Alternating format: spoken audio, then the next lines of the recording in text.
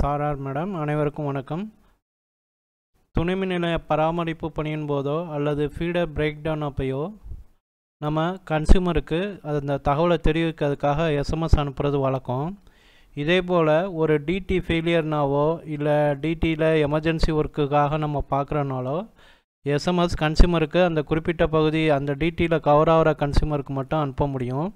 இது உங்களுக்கு எல்லாருக்கும் தெரிந்தது தான், இருந்தாலும் அதில் ரிப்போர்ட்டு இதெல்லாம் எப்படி பார்க்குறது அப்படின்னு சேர்த்து ஒரு ட்ரைனிங் வீடியோ எடுத்திருக்கோம். இதில் உங்களுக்கு அது தகவல் சொல்கிறோம். அதாவது கன்சியூமருக்கு வந்து நம்ம எஸ்எம்எஸ் வந்து அனுப்பணும். அதாவது எமர்ஜென்சி ஒர்க்குனா ஒரு டிடி எமர்ஜென்சி ஒர்க்குனாலும் சரி, அட் த சேம் டைம் கன்சியூமருக்கு வந்து அந்த தகவலை தெரிவிக்கணும். தகவலை தெரிவிச்சிட்டோம்னா கன்சியூமருக்கு ஈஸியாக கரண்ட் எப்போ வரும்ன்றதை அவங்களுக்கு ஈஸியாக அண்டர்ஸ்டாண்ட் பண்ணிக்குவாங்க.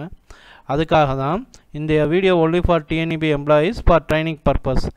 ஓகே, இப்போ ஃபீடர் இந்த வெப்சைட்டோடைய அட்ரஸ் வந்து செக்யூரிட்டி காரணத்துக்காக இதில் நாங்கள் காமிக்கல.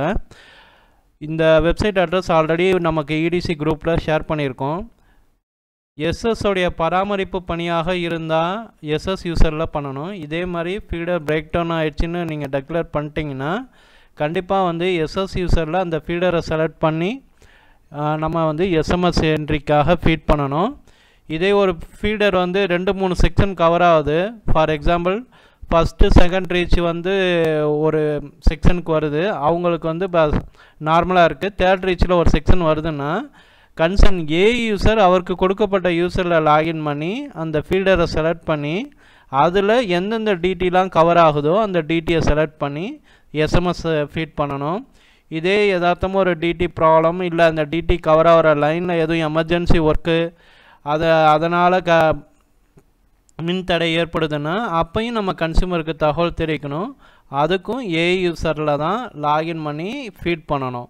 ஓகே, இது இப்போ நம்ம எஸ்எம்எஸ்க்கு எப்படி ஃபீட் பண்ணுறதுன்றது ஏ யூசரில் எஸ்எம்எஸ்க்கு எப்படி ஃபீட் பண்ணுறது அப்படின்ற தகவல் சொல்கிறோம். இப்போ நீங்கள் உங்கள் யூசர் நேம் அந்த நான் சொன்ன குறிப்பிட்ட அந்த வெப்சைட்டில் நீங்கள் லாகின் பண்ணதுக்கப்புறம் ஏ யூசரில் லாகின் பண்ணோம்னா மாஸ்டர் எஸ்எம்எஸ் அப்படின்னு சொல்லிட்டு இருக்கும். இப்போ இந்த எஸ்எம்எஸ் அனுப்புறதுக்காக எஸ்எம்எஸ் அப்படின்றத கிளிக் பண்ணோம்னா உங்கள் செக்ஷனுக்கு கவர் ஆகிற ஃபீடர் நேம்லாம் லிஸ்ட் ஆகும். இப்போ ஃபார் எக்ஸாம்பிள் நான் இப்போ அரணாய் அப்படின்ற ஒரு ஃபீடரை வந்து செலக்ட் பண்ணுறேன். செலக்ட் பண்ணோம்னா அந்த ஃபீடரில் மேப்பாக இருக்கக்கூடிய டிடியோட நேம்லாம் காமிக்கும். இப்போ இதில் எந்தெந்த டிடி வருதோ அந்த இதுக்கெலாம் அந்த பாக்ஸ்லலாம் நம்ம டிக்கு கொடுக்கணும். ஃபார் எக்ஸாம்பிள் நான் இப்போ ஒரு டிடி செலக்ட் பண்ணுறேன்.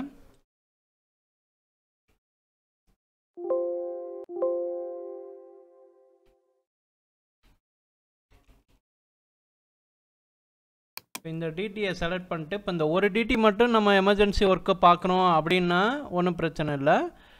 நீங்கள் இந்த டிடியை மட்டும் செலக்ட் பண்ணணும். இப்போ இல்லை இந்த ஃபீடரில் நம்ம உங்கள் செக்ஷன் மட்டும் கவர் ஆகுது அப்படின்னா இதில் உள்ள எல்லா டிடியுமே வரும்னா செலக்ட் ஆல் கொடுக்கறதுக்கு ப்ரொவிஷன் கிடையாது. ஒவ்வொரு பாக்ஸ்லேயே டிக்கை போட்டுட்டு சப்மிட் கொடுத்தோம்னா அடுத்து கேட்கும் ஃபால்ட் ட்ரிப்பா ஷெட்யூலா அப்படின்னு கேட்கும். நம்ம பிளான்டு எமர்ஜென்சி ஒர்க்குன்னா ஷெட்யூல் அப்படின்றத கிளிக் பண்ணிக்கணும்.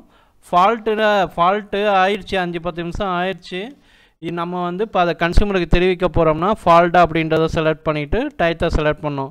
ஃபால்ட்டு நீங்கள் செலக்ட் பண்ணிங்கனாவே டிஃபால்ட்டாக சர்வருடைய டயத்தை எடுத்துக்கிட்டு வரும். பிஃபோராக உள்ள டயத்தை செலக்ட் பண்ண முடியாது. எப்போலேருந்து எப்போ அப்படின்றத நம்ம செலக்ட் பண்ணிவிட்டு ரீசனை வந்து செலக்ட் பண்ணணும். இப்போ நான் ஷெட்யூல் அப்படின்னு சொல்லி செலக்ட் பண்ணிவிட்டு ஒரு 15 மினிட்ஸ்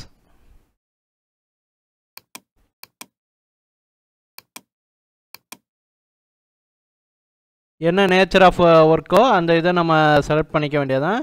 இதில் உள்ளது எதுவுமே சூட் ஆகலைன்னா அதர்ஸ் அப்படின்றத செலக்ட் பண்ணிக்கோங்க. கொடுத்துட்டு சப்மிட் கொடுத்தோம்னா கன்சியூமருக்கு வந்து பார்த்தீங்கன்னா எஸ்எம்எஸ் சப்மிட் ஆகிறதுக்காண்டி சர்வரில் ப்ராசஸ் லோட் ஆக ஆரம்பிச்சிடும். அதற்கான கன்ஃபர்மேஷன் மெசேஜும் காமிக்கும். நம்ம அது எப்படி இருக்குன்னு பார்க்கலாம். நம்பர் ஆஃப் கன்சியூமரை பொறுத்து நமக்கு டைம் எடுத்துக்கும். கடைசியில் உங்களுக்கு கன்ஃபர்மேஷன் காமிக்கும் data inserted and SMS sent to 352 consumer. அதாவது யூனிக் மொபைல் நம்பர் தான் எடுத்துக்கும் கவுண்ட்டு.